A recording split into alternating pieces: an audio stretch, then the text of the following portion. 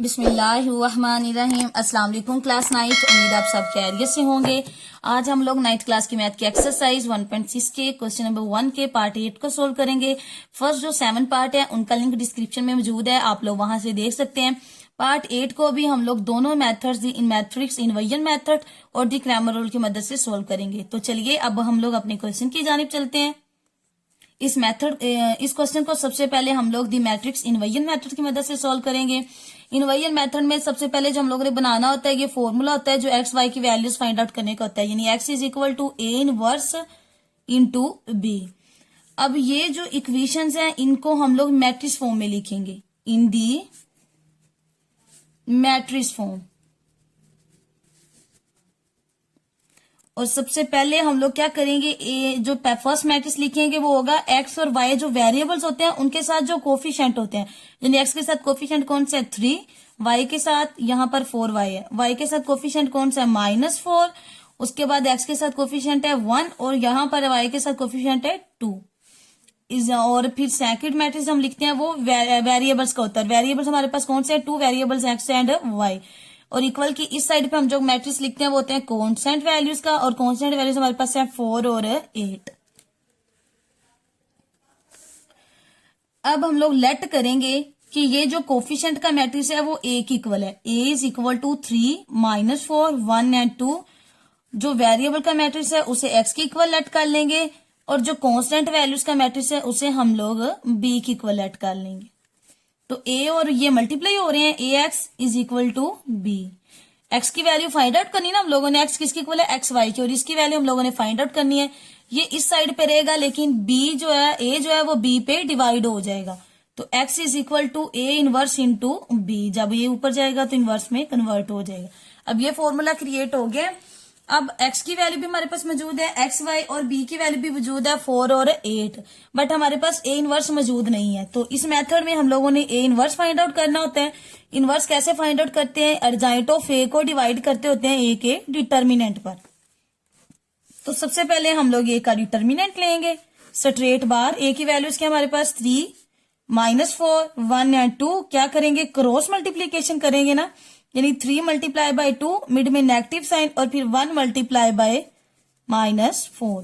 3 2 जा 6, minus minus plus, 4 1 जा 4। तो 6 में 4 ऐड करें 10, यानी जो ए का डिटर्मिनेंट हमारे पास आ गया है वो क्या है 10। अब हम लोगों ने अर्जाइंट ऑफ ए फाइंड आउट करना। तो ए हमारे पास क्या है, ए हमारे पास है 3, -4, 1 एंड 2, ये दिया गया। जब हम लोग इसका अर्जाइंट लेंगे, अर्जाइंट ऑफ ए में क्या होगा, ये दो वैल्यूज इनकी प्लेस चेंज हो जाएगी, यानी 2 ऊपर चला जाएगा, 3 नीचे आ जाएगा, और इन वैल्यूज के साथ साइन चेंज होगा। यानी ये पॉजिटिव है तो ये नेगेटिव है तो पॉजिटिव में कन्वर्ट हो जाएगा जब अर्जाइंट लेंगे, और ये पॉजिटिव है तो नेगेटिव में कन्वर्ट हो जाएगा। इस तरह अब जब ए इनवर्स फाइंड आउट करेंगे तो क्या करना है, अर्जाइंट ऑफ ए को डिवाइड करना है ए के डिटर्मिनेंट पर। और अर्जाइंट ऑफ ए हमारे पास क्या आया है 2, 4, -1, 3। इसको किस पे डिवाइड करना है, डिटर्मिनेंट पर, और डिटर्मिनेंट हमारे पास क्या आया है 10, यानी कि 2 divided by 10, 4 divided by 10, -1 divided by 10 और 3 डिवाइडेड बाय 10। तो और जो हमारे पास ए इनवर्स आ जाएगा, ए इनवर्स वो किसकी इक्वल आएगा, 2 1 जा 2, 2 5 जा 10, 1/5, 2 2 जा 4, 2 5 जा 10, तो 2/5 हो जाएगा। ये -1/10 एज इट आ जाएगा, और ये भी 3/10 एज इट आ जाएगा। ये हमारे पास आ जाएगा ए इनवर्स। अब क्वेश्चन में हमारे पास क्या था, x is equal to A inverse into B, यानी x is equal to A inverse into B. अब x की जहां पे x की वैल्यू पुट करेंगे, क्या हमारे पास x की वैल्यू x और y, x की वैल्यू क्या हम लिखेंगे x और y, ए इनवर्स की जहां पे उसकी वैल्यू पुट करेंगे जो क्या है हमारे पास 1/5, 2/5, -1/10, 3/10। उसके बाद b की जहां पे b की वैल्यू पुट करेंगे, और b की वैल्यू क्या क्वेश्चन में 4 और 8, 4 और 8। अब एक्स वाई हमारे पास एज इट आ जाएगा, X Y is equal to, first row को पहले मल्टीप्लाई करेंगे, यानी 1/5 को मल्टीप्लाई करेंगे 4 के साथ, एडिशन का साइन, फिर 2/5 को मल्टीप्लाई कर देंगे 8 के साथ। उसके बाद सेकंड रो को करेंगे, -1/10 को मल्टीप्लाई करेंगे 4 के साथ, मिड में एडिशन का साइन, फिर 3/10 को मल्टीप्लाई करेंगे 8 के साथ। एक्स और वाई एज इट आ जाएंगे। 4 1 जा 4 डिवाइडेड बाय 5 प्लस 2 8 जा 16 डिवाइडेड बाय 5। अब सेकंड रो देखें, ये -1/10 मल्टीप्लाई बाय 4 हो रहा है ना, तो 2 2 जा 4, 2 5 जा 10, 2 को 1 से मल्टीप्लाई करेंगे 2, ये नेगेटिव साइन डिवाइडेड बाय 5, उसके बाद ये एडिशन का साइन। अब 3/10 किसके साथ मल्टीप्लाई हो रहा है, 8 के साथ, तो 2 5 जा 10, 2 4 जा 8, 4 को 3 से मल्टीप्लाई करेंगे 12 डिवाइडेड बाय 8। ओके हो गया। अब एक्स और वाई एज इट आ जाएंगे। 5 एलसीएम ले लेंगे, जब 5 एलसीएम लेंगे तो ऊपर क्या रह जाएगा, 4 प्लस 16, 4 प्लस 16। इसका जब 5 एलसीएम लेंगे ऊपर क्या रह जाएगा, -2 plus 12। X Y as it. 16 में 4 ऐड करेंगे 20, नीचे क्या आ जाएगा 5, और यहां पर 12 में से 2 माइनस करेंगे 10, नीचे क्या आ जाएगा 5।